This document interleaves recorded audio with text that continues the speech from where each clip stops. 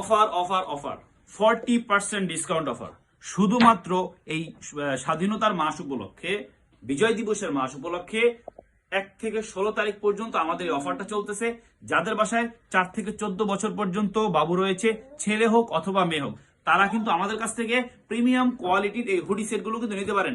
এখানে total 60টা colour রয়েছে, 60টা কালারের 6টা সাইজ রয়েছে।